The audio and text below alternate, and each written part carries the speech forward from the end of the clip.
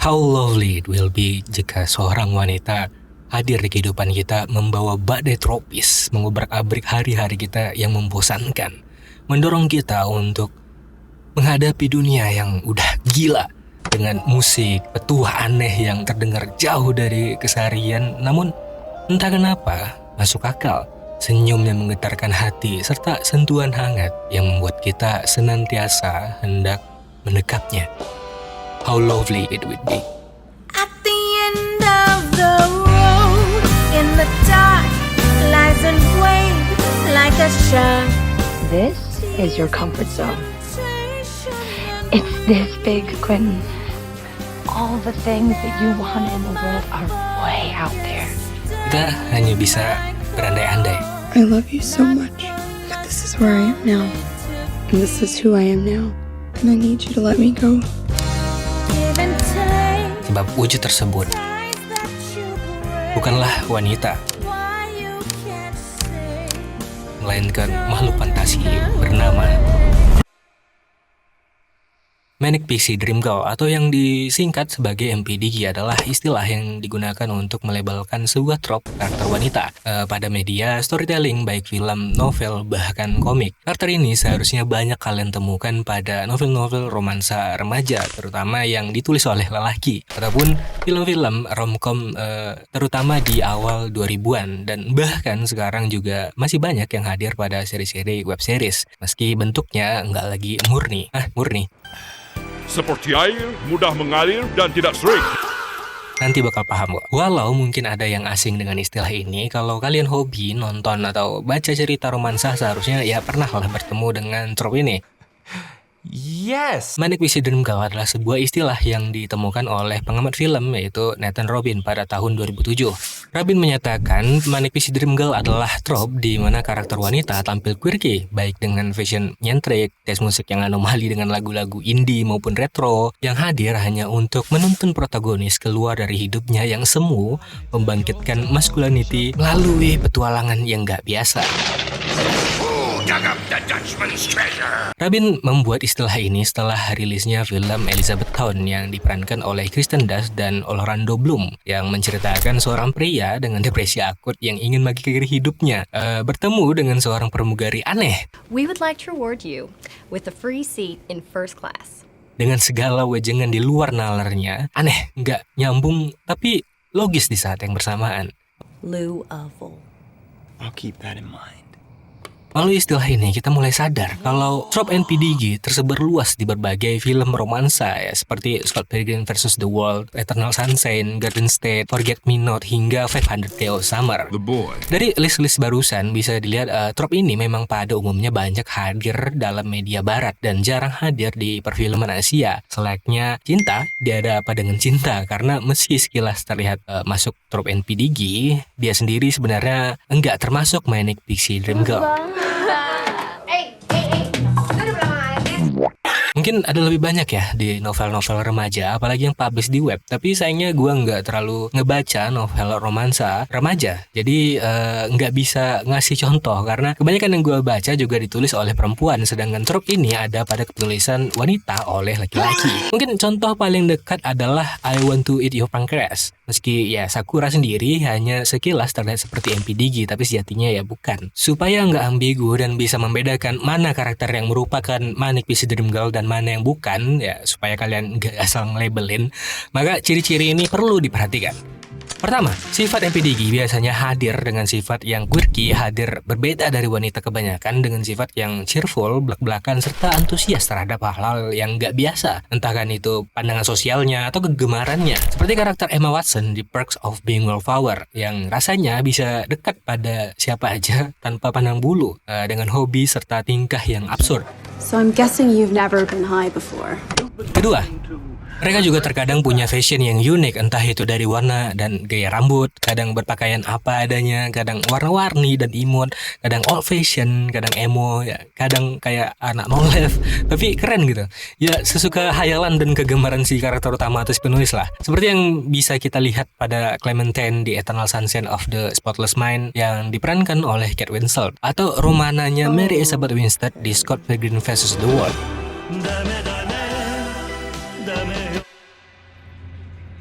Smith?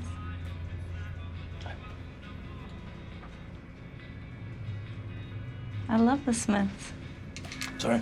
Untuk membedakan MPDG dengan wanita pada umumnya, maka mereka harus punya kegemaran serta pandangan tentang dunia yang aneh, nggak mempedulikan tanggapan sekitar, dan berani mulai dari suka mendengarkan band-band indie tadi yang nggak terkenal, musik-musik retro tahun 80 hingga 90-an layaknya Summer di 500 Days of Summer, terus suka cerita-cerita misteri seperti Margot di Paper Town, maupun pikiran yang aneh seperti Frances di Francesca.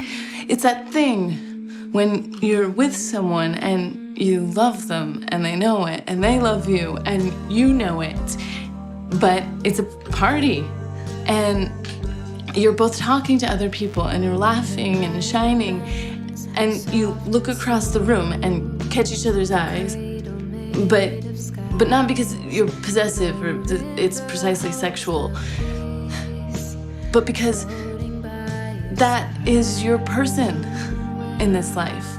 I don't really do parties. Oh, you'll do this one. See you Saturday, Jensen. And it's funny and sad, but only because this life will end, and it's the secret world that exists right there in public, unnoticed, that no one else knows about. It's sort of like how they say that other dimensions exist all around us, but we don't have the ability to perceive them. That's what I want out of a relationship. Or just life, I guess. Love.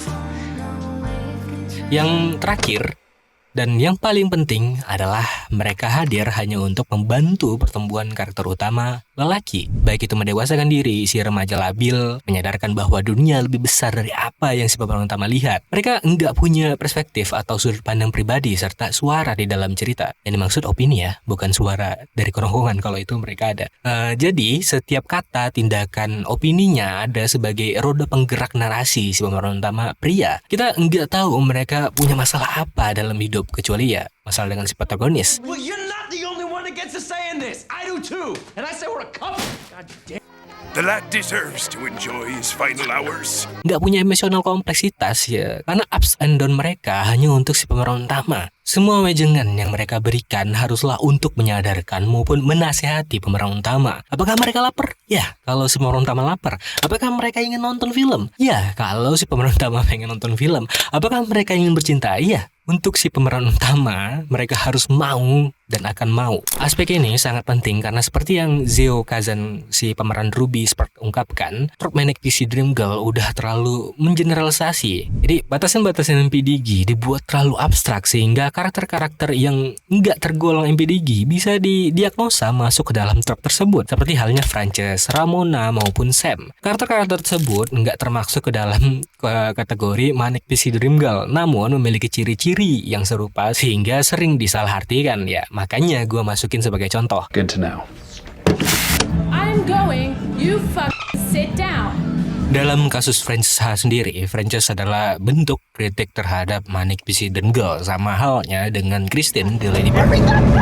Daripada menjadi support system, Frances dan Kristen yang memiliki semua ciri-ciri MPDG justru menjadi pemeran utama, berusaha merombak trop Manic Pixie Dream Girl dengan memperlihatkan bahwa wanita adalah makhluk hidup yang keberadaannya nggak cuma untuk menjadi budak lelaki, tapi juga punya suara sendiri, masalah sendiri, sebagaimana wanita nyata pada umumnya, seperti yang ditulis pada artikel Cultural Criticism oleh Jennifer Go. Just please. Sosok Manic Pixie Dream Girl nggak bakal pernah bisa ada di dunia nyata karena ya wanita asli sejatinya jauh lebih kompleks dan luas dibandingkan istri khayalan berdasarkan pop culture. Dalam jurnalnya The Problematic Impersistence of Manic Pixie Dream Girl in Popular Cartoon and Young Adult Fiction, Jennifer mengatakan hal ini jugalah yang menjadi penyebab trop MPDG menggemari hal-hal klasik atau hal yang nggak umum pada pop culture, membuat karakternya kadang disukai oleh kaum lelaki yang dipengaruhi oleh nostalgia. Entah kan mereka suka Pokemon jenis tertentu yang gak umum, film-film jadul, musik-musik indie, atau klasik sebagaimana yang gue jabarkan sebelumnya. Sama halnya dengan istilah-istilah introvert maupun pick me yang terlalu digeneralisasikan dan disimplifikasikan sehingga antara no lab dan introvert itu nggak ada bedanya. Perbedaan opini kadang dibilang pick me, ya padahal nggak menjatuhkan sama gendernya sama sekali. Jadi istilah MP3 yang meluas kemana-mana disalahartikan, membuat kata yang seharusnya menjadi kritik untuk seksis malah menjadi bagian dari seksis itu sendiri. Bahkan Rabin, si penemunya pun minta maaf pada tahun 2014 dikarenakan istilah Manic Pixie Dream Girl justru menjadi masalah baru.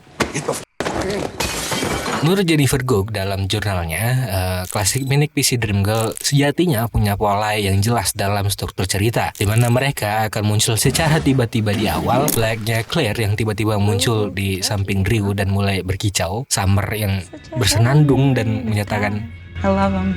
atau Margot yang setelah lama nggak berkomunikasi tiba-tiba nyelinap masuk ke dalam kamar Quentin. Margot, hey.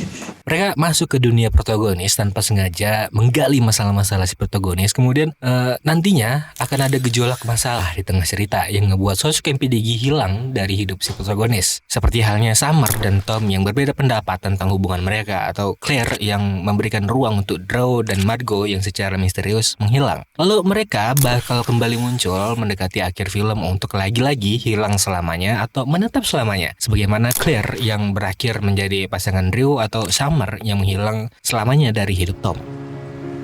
Melewati awal 2000 hingga 2010, beberapa orang mulai coba merekonstruksi MP3 seperti halnya novel Paper Town yang gue sendiri belum baca ya. Ada juga Ruby Sparks pada tahun 2013 hingga Her di tahun yang sama. Gue nggak bisa berkomentar banyak tentang Paper Town versi novel, tapi yang jelas versi film boleh dibilang gagal untuk merealisasikan rekonstruksi tersebut. Sebagaimana halnya 500 Days of Summer di tahun 2009. Okay, who's singing next? Yes, percaya atau enggak, 500 Days of Summer karya Mark Webb udah mencoba melakukan hal ini terlebih dahulu dengan tujuan menyadarkan penonton bahwa Manic Pixie Dream Girl tidaklah nyata dan hanya hasil dari fantasi lelaki. Akan tetapi seperti yang kita tahu, banyak yang benci karakter Summer dan bahkan berpihak pada Tom, sehingga mengeliminasi pesan tersebut. Yang gua rasa ini terjadi dikarenakan sepanjang film kita hanya menyaksikan perspektif Tom. Ya, meski memang itu tujuannya untuk memperlihatkan fantasi Tom, tapi ternyata juga banyak lelaki patah hati yang nasibnya sama kayak Tom. It's these cards. And the movies and the pop songs, they're to blame for all the lies. And the heartache. Everything. Sementara di sisi lain, suara Summer kurang lantang, sehingga banyak penonton yang nggak mendengarnya. Sama halnya dengan karakter Tom itu sendiri. Dalam kasus Paper Town yang memang dijanjikan adalah rekonstruksi MP3, Margot justru sangat mengikuti formula MP3 yang dijelaskan oleh Jennifer, meski itu hanya lewat misteri-misteri dan fantasi Quentin.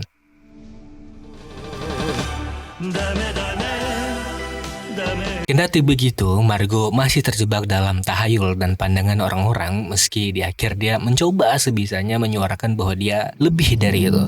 You don't even know me. Yeah, I do. Okay. Don't say that I don't even know me. Ending yang memberikan harapan dengan adegan ciuman yang begitu romantis serta kata-kata You could come with me, you know. juga nggak membantu mematahkan stigma MP3 yang mana katanya sangat berbeda dari novel yang justru lebih melankolis, di mana adegan ciuman di akhir merupakan penutup sekaligus deklarasi kalau Margot bakal hilang dari hidup Quentin, sehingga yang merubahnya bukan lagi Margot melainkan perjalanan Quentin itu sendiri. Untungnya hal yang sama nggak terjadi pada Ruby Sparks yang sangat menyinggung trop ini dan menyodorkan secara gamblang bahwa MP3 hanyalah budak dari fantasi lelaki maupun si penulis, membuat film yang awalnya terkesan romcom dengan cepat berubah menjadi tayangan yang unsettling dan bahkan menjadi horor di bagian akhir.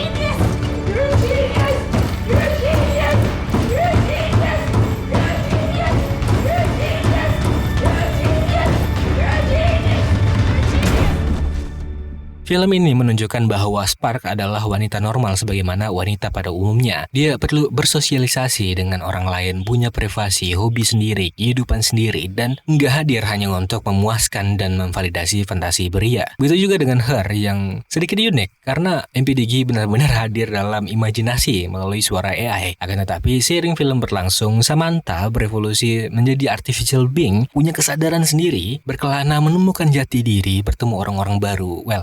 AI baru, dan akhirnya sadar bahwa dia adalah dirinya sendiri. Meskipun truk Manic Pixie Dream Girl nggak bakal mati, gue rasa percobaan rekonstruksinya rekonstruksi yang banyak dilakukan cukup berhasil dan lumayan merubah trop tersebut, sehingga nggak lagi sekedar karakter datar 2 dimensi sebagaimana yang terjadi pada Lady Bird dan Frances Ha. Ya ambil aja contoh misalnya seperti series 13 Reasons Why, gua rasa juga sukses dengan memanfaatkan MPDG sebagai satir, mengkritik sosial, fantasi pria, serta male gaze. Jadi kalau kalian terkadang mengidealisasikan perempuan bak manik PC Dream Girl secara sadar maupun gak sadar, ketahuilah hal ini hanya fantasi semata. Delusion. Bah imajinasi yang mengisi khayalan kita tentang si wanita impian yang ketika masa honeymoonnya udah berakhir, kita sadar bahwa mereka juga manusia dan lebih dari itu. Karena jika pemikiran ini tertanam dan dianggap nyata, maka dampaknya ya bakal sangat harmful. Apakah sosok MP3 benar-benar nggak ada? Mungkin ada yang mencoba gitu kan. Gue sendiri belum pernah ketemu, dan contoh paling signifikan ya mungkin paling Zoe Deschanel yang melalui persona publik dan film-filmnya sangat membentuk MPDG. Tapi balik lagi, semua selebriti punya personal branding, sebuah persona yang menjadikan mereka produk, bukan manusia. Ini juga berlaku buat para wanita yang mencoba menjadi MPDG tanpa disadari. I can fix him gitu kan, hanya akan ngerusak dan melelahkan diri sendiri. Ya, ngomong-ngomong soal wanita, sekarang udah lumayan banyak model yang bernama MPDB, yaitu Manic Pixie Dream Boy. Sebuah karakter pria yang super perfect, berbeda dari lelaki lain, tahan banting, menerima segala kekurangan protagonis wanita, dan menjadi support system mereka tanpa mengeluh. Memang kalau udah namanya fantasi yang gak ada bedanya dua makhluk ini.